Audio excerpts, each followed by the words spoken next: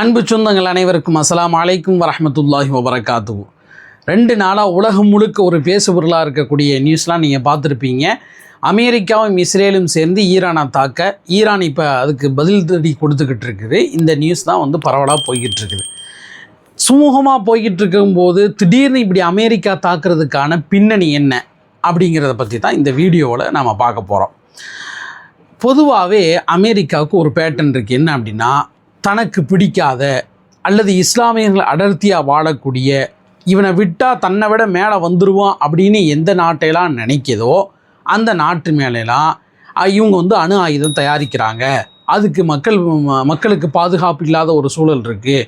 அமெரிக்காவுக்கு பாதுகாப்பு இல்லை, அணு ஆயுதம் தயாரிக்கிறதுனால அவங்க நாட்டை நம்ம கைப்பற்றி ஆகணும் அப்படின்னு சொல்லி அணு ஆயுதம் தயாரிக்கிறாங்க அப்படின்னு ஒரு பொய்யான குற்றச்சாட்டு அப்படிங்கிறத கரெக்டாக கவனிச்சுக்கோங்க.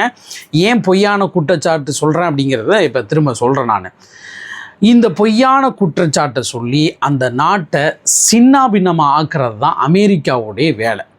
தான் வல்லரசாக இருக்க அப்படிங்கிற ஒரு காரணத்துக்குனால தன்னுடைய டாலரை பேஸ் பண்ணி தான் இங்கே எல்லாம் நடக்குது, உலக நாடுகள்லாம் இயங்குது அப்படிங்கிற அந்த பெருமையில், அந்த மிதப்பில் எல்லா நாடுகளையும், அதாவது எந்த நாட்டையெல்லாம் அழிக்கணும்னு அமெரிக்கா நினைக்குதோ அந்த நாட்டு மேலெல்லாம் இவங்க அணு ஆயுதம் தயாரிக்கிறாங்க அப்படின்னு சொல்லி ஒரு பழியை போட்டு அந்த நாட்டை செதைச்சு ஒரு டம்மியான ஒரு பிரதமரை நியமிக்கிறது தான் அமெரிக்காவுடைய ஒரு பேட்டர்ன். இதைத்தான் லிபியாவில் பண்ணுச்சு, இதைத்தான் ஆப்கானிஸ்தானில் பண்ணுச்சு, இதையே தான் ஈராக்லேயும் பண்ணுச்சு. ஈராக்கில் அணு ஆயுதம் தயாரிக்கிறாங்க, மக்களுக்கு இது பாதுகாப்பு இல்லை அப்படி இப்படின்னு சொல்லி ஈராக் நாட்டை சின்ன பின்னமாக ஆக்கி சதாம் ஹுசைனை கொன்று எல்லாம் முடித்ததுக்கு பிறகு இங்கே அணு ஆயுதம் இல்லை போல், நம்ம எதிர்பார்த்த அணு ஆயுதம்லாம் இல்லை அப்படின்னு கடைசியில் அமெரிக்கா ஒத்துக்குச்சு. இந்த நாச வேலை பண்ணுறது தான் அமெரிக்காவினுடைய வேலை. அதே வேலையை தான் இப்போ ஈரான் விஷயத்துலேயும் பண்ணுச்சு. இதுக்கு முன்னாடி இந்த பிப்ரவரி மாதமே கிட்டத்தட்ட அணு ஆயுதமாக தயாரிக்கக்கூடாது, அதாவது கடந்த வருஷம் 2025 ஜூன் மாதத்தில் இஸ்ரேலுக்கும் ஈரானுக்கும் சண்டை நடக்குது. அப்படி சண்டை நடக்கும் பொழுது அப்போ அந்த சண்டைக்கு பின்னாடியே எல்லா அணு ஆயுத அந்த இதையும் தளத்தையும் நாங்கள் அழிச்சிட்டோம் அப்படின்னு சொல்லி இஸ்ரேல் சொல்ல, அதுக்கப்புறம் அப்படித்தான் அப்படிங்கன்னா அமெரிக்காவும் ஒத்துக்குச்சு. இப்போ 2025 ஜூனில் எல்லாத்தையும் அழித்து முடிச்சாச்சு அப்படின்னு இஸ்ரேல் சொல்ல அமெரிக்காவும் அது ஒத்துக்குச்சு. இப்போ மறுபடியும் அணு ஆயுதம் தயாரிக்க ஈரான் அணு ஆயுதம் தயாரிக்க ஆரம்பிச்சிருச்சு அப்படின்னு ஒரு தகவலை அமெரிக்கா சொல்ல, இல்லை அப்படின்லாம் சொல்லி 2 அமெரிக்காவுக்கும் ஈரானுக்கும் ஒரு சுமூகமான பேச்சுவார்த்தை 3 சிட்டிங் நடந்துச்சு பிப்ரவரியில். இந்த மாதம் இப்போ கடந்த பிப்ரவரியில், இப்போ மார்ச் 2ஆம் தேதி இருக்கு இல்லையா, கடந்த பிப்ரவரியில் கிட்டத்தட்ட 3 தடவை பேச்சுவார்த்தை நடந்துச்சு. அந்த 3 தடவையுமே அமைதியாக சுமூகமாக தான் அந்த பேச்சுவார்த்தை முடிஞ்சிச்சு. கடைசியாக நடந்த பேச்சுவார்த்தை ஜெனீவாவில் 27ஆம் தேதி, பிப்ரவரி 27ஆம் தேதி ஓமனை மத்தியஸ்தமாக வச்சு அந்த பேச்சுவார்த்தை நடந்துச்சு. இப்படி சுமூகமாக பேச்சுவார்த்தை முடிஞ்சிருந்தும் கூட அமெரிக்கா தன்னுடைய இராணுவ தளவாடங்கள் எல்லாத்தையும், கிட்டத்தட்ட ஹை லெவலில் இருக்கக்கூடிய எல்லா அந்த மிசைல் கன்கு அந்த சுடக்கூடிய எல்லா தளவாடங்களையும் ஈரானை சுற்றி இருக்கக்கூடிய மிடில் ஈஸ்ட் நாடுகளில் நிறுத்துது. ஒருவேளை ஈரான் பணியில் அப்படின்னா நம்ம தாக்கலாம் அப்படின்னு சொல்லி. இந்த நேரத்தில் தான் இஸ்ரேல் தன்னுடைய நாச வேலையை, தன்னுடைய ஈன வேலையை பார்த்துருக்கு. என்ன அப்படின்னா, ஜஸ்டின் ஃபைல்ஸ் கிட்டத்தட்ட பெரிய அளவில் ஒரு மிகப்பெரிய ஒரு இஷ்யூவாக மாறி இன்றைக்கி வரைக்குமே பில் கிளின்டன் உட்பட முக்கியமான தலைவர்கள்லாம் விசாரணை வளையத்துக்குள்ளே இழுத்து வரப்பட்டு மணிக்கணக்காக விசாரணைலாம் நடந்துகிட்ருக்குது. பில்கேட்ஸ் விசாரிக்கப்படுறாரு. பில்கேட்ஸ் ஆமாம் நான் போனேன், ஆனால் எந்த தப்பு பண்ணலை அப்படின்னு சொல்லி ஒத்துருக்காரு. ட்ரம்ப்புடைய பெயர் நிறைய இடங்களில் அடிபட்டிருக்கு அந்த ஜஸ்டின் ஃபைல்ஸில். இப்போ இந்த ஜஸ்டின் ஃபைல்ஸை நீ மறக்கணும் அப்படின்னா, அல்லது அது பேசுபொருளாக இல்லாமல் ஆகணும் அப்படின்னா, ஈரானில் குண்டை போடு, அயத்துல்லா குமேனி அந்த சுப்ரீம் லீடரை நீ தூக்கிட்ட அப்படின்னா இனி இதுதான் மீடியாவில் சென்சேஷனல் நியூஸாக இருக்கும், பரபரப்பான நியூஸாக மாறும். அதை எல்லாம் மறந்துடுவாங்க அப்படின்னு இஸ்ரேல் ஐடியா கொடுக்க அமெரிக்கா சுமூகமாக பேச்சுவார்த்தை முடிஞ்சிருந்தும் கூட அமெரிக்கா ஈரானில் குண்டை போடுது. அந்த போட்ட குண்டில் அயத்துல்லா குமேனி சுப்ரீம் லீடரை வந்து வஃபாத் ஆகிறாரு, இறந்து போயிடுறாரு. அவர் மட்டும் இல்லை, அவருடைய குடும்பத்தில் உள்ள பேரன் பேத்தி, சமீபத்தில் இன்றைக்கி மனைவியும் இறந்ததாக வந்து டிக்ளேர் பண்ணப்பட்டிருக்குது. இப்படி எல்லாத்தையும் வந்து முடிச்சிட்டானுங்க அமெரிக்கா. அதுக்கு பதிலடி இப்போ தாக்குதல் கொடுக்க ஆரம்பிச்சிருக்குது ஈரான். இப்போ அமெரிக்காவினுடைய இந்த வேலையே இதுதான். தனக்கு பிடிக்காத, இப்போ எப்படி பாகிஸ்தானில் ஒரு டம்மியான பிரதமரை வந்து நியமிச்சிருக்கோ இதே வேலைக்கு தான் இன்றைக்கி நேற்றா வந்து ஈரான் மேலே வந்து ஒரு காண்டில் இல்லை அமெரிக்கா.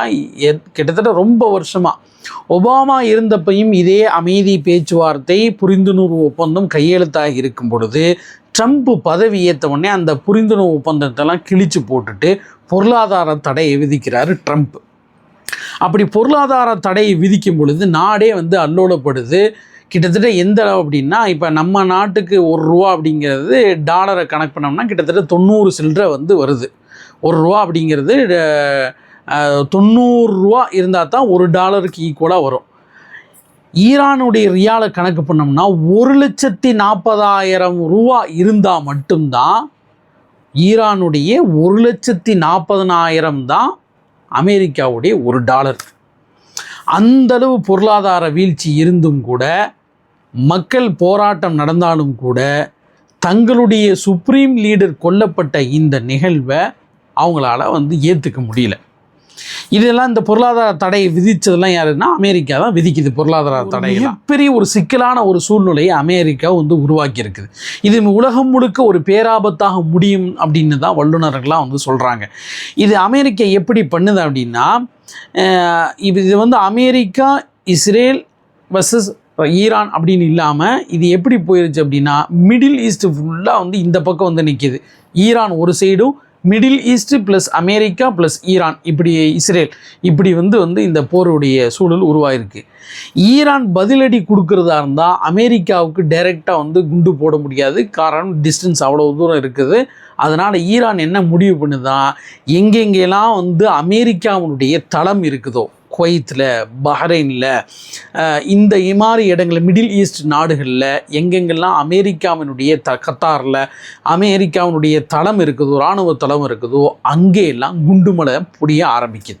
அப்போ அவங்க என்ன பண்ணுவாங்க, மிடில் ஈஸ்ட்டுக்காரன் என்ன பண்ணுவான், அந்த நாட்டுக்காரன் என்ன பண்ணுவான், ஏன் நாட்டில் குண்டு போடுறியா, அப்போ என்னுடைய பப்ளிக் பாதிக்கப்பட மாட்டாங்களா, எனக்கு பாதிப்பு இருக்காதா அப்படின்னு திரும்ப எல்லாம் சேர்ந்து ஈரானை அடிக்க ஆரம்பிக்க. அப்போ மிடில் ஈஸ்ட்டு ஈரான் அடிக்கும், அமெரிக்காவும் ஈரான் அடிக்கும், இஸ்ரேலும் ஈரான் அடிக்கும். இப்படி எல்லாமே சேர்ந்து ஈரான் அடிக்கும் பொழுது ஈரான் நாடு உருகுலைந்து போகும், சின்ன பின்னமாக போகும். எப்படி ஆப்கானுக்கு ஒரு நிலைமை வந்துச்சோ, லிபியாவுக்கு ஒரு நிலைமை இப்போ இருக்குதோ, அதே மாதிரி வந்து ஈராக்குக்கு எப்படி நடந்துச்சோ, அதே மாதிரி ஈரானையும் முடிச்சு விட பார்த்ததனுடைய விளைவு தான் இந்த மாதிரி ஒரு போர் சூழல். நியூயார்க்கினுடைய சமீபத்திய பிரதமர் கூட வந்து இது வந்து அமெரிக்கர்களே விரும்பலை, இந்த மாதிரி வந்து எந்த போர் சூழல் எடுத்துக்கிட்டால் இந்த பக்கமும் பாதிக்கப்படுவாங்க, பப்ளிக் அப்பாவி மக்கள் பாதிக்கப்படுவாங்க, அந்த பக்கமும் அப்பாவி மக்கள் பாதிக்கப்படுவாங்க.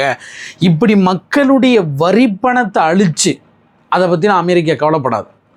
மக்களுடைய வரிப்பணத்தை அழித்து தன்னுடைய இராணுவ சோல்ஜர்ஸ்கள்லாம் வந்து கொல்லப்பட்டு, அப்படி போனாலும் கூட தனக்கு பிடிக்காத நாட்டை, குறிப்பாக இஸ்லாமியர்களுடைய நாட்டை அணு ஆயுதம் வச்சிருக்கு அப்படிங்கிற அந்த பொய்யை சொல்லி, திரும்பவும் சொல்கிறேன், அந்த பொய்யை சொல்லி அந்த நாட்டை சின்ன பின்னமாக ஆக்கிறது தான் அமெரிக்காவினுடைய வேலை. எதனால் பொய்யை சொல்லி அப்படின்னு சொல்லி சொன்னோன்னா, ஈராக்லையாக இருக்கட்டும், அல்லது இப்போ இருக்கக்கூடிய இந்த ஒப்பந்தம் நடந்த அமைதி ஒப்பந்தம் பேச்சுவார்த்தை நடந்ததாக இருக்கட்டும், இன்டர்நேஷ்னல் அட்டாமிக் எனர்ஜி ஏஜென்சின்னு ஒன்று இருக்குது, IAEA, ஐநாவில் உள்ள இந்த குழு தான், இந்த ஃபோரம் தான் அவங்க ஒரு நாடு அணு ஆயுதம் வச்சுருக்காங்களா, தயாரிக்கிறாங்களா, உற்பத்தி பண்ணுறாங்களா இல்லையா அப்படிங்கிறத டிக்ளேர் பண்ணும். 27ஆம் தேதி ஜெனீவாவில் நடந்தக்கூடிய அந்த பேச்சுவார்த்தையில் கூட இந்த IAEA, international atomic energy agency, எந்த இதுவும் வந்து அறிக்கை விடலை. என்னென்ன, ஈரானில் அணு ஆயுதம் தயாரிக்கிறாங்க அப்படின்னு அறிக்கை எந்த தகவலும் சொல்லலை, உறுதிப்படுத்தலை. அப்போ அணு ஆயுதம் தயாரிக்கலை அப்படிங்கிறத இந்த ஐநா சபையில் இருக்கக்கூடிய இந்த ஃபோரம் வந்து ஒத்துக்கிட்டு இருக்கு. அப்படி இருந்தும் கூட அணு ஆயுதம் இருக்குது அப்படின்னு சொல்லி அமெரிக்கா அடிக்குது. இதே IAEA தான் ஈராக்கில் எந்த அணு ஆயுதமும், அதாவது தன்னுடைய நாட்டை பாதுகாக்கிறத தாண்டி வேற எந்த அணு ஆயுதம் அது நிபந்தனைக்கு உட்படாத எந்த வகையிலையும் அணு ஆயுதம் தயாரிக்கல அப்படிங்கிறது அந்த தகவலை உறுதிப்படுத்தியிருக்குது. இதே IAEA தான்.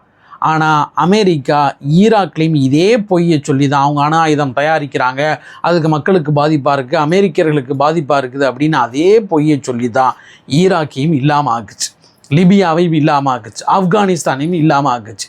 அந்த வேலையை தான் இப்போ அமெரிக்கா பண்ணிக்கிட்டு இருக்கு. இது மாறணும். இந்த போர் சூழல் அப்படிங்கிறது மிகப்பெரிய ஒரு ஆபத்தாக இது தொடர்ந்துச்சு அப்படின்னா மிகப்பெரிய ஒரு ஆபத்தாக போய் முடியும். இது ஒரு 3ஆம் உலகப் போருக்கான எச்சரிக்கை அப்படின்னு தான் எல்லாருமே சொல்கிறாங்க. இந்த 2 நாள்லேயே வந்து எல்லா ஃப்ளைட்டும் எல்லா அந்த வான்கள்லேயும் வந்து மூடப்பட்டிருக்கு. குவைத்தில், பஹ்ரைனில் சாதாரணமாக எல்லா போகிறவங்க நிறைய ட்ராவல் பண்ணுறவங்க இருப்பாங்க. ஏன் நம்ம உம்ராவுக்கு போகிறவங்க கூட வந்து அவங்களுடைய ஃப்ளைட்லாம் வந்து கேன்சல் ஆகிருக்குது. இப்போ கொஞ்சம் கொஞ்சமாக வந்து வேறு ரீஜியன்லேருந்துலாம் வந்து துபாயிலேருந்து, மஸ்கட்லேருந்துலாம் வந்து கொஞ்சம் கொஞ்சமாக ஃப்ளைட் வந்து இயங்க ஆரம்பிக்குது. ஆனால் இது தொடரக்கூடாது அப்படிங்கிறது தான் பொதுமக்களுடைய பார்வை. இது இனி என்ன நடக்கும் அப்படிங்கிறத பொறுத்திருந்து தான் பார்க்க முடியும். அஸ்ஸலாமு அலைக்கும் வரஹ்மத்துல்லாஹ்.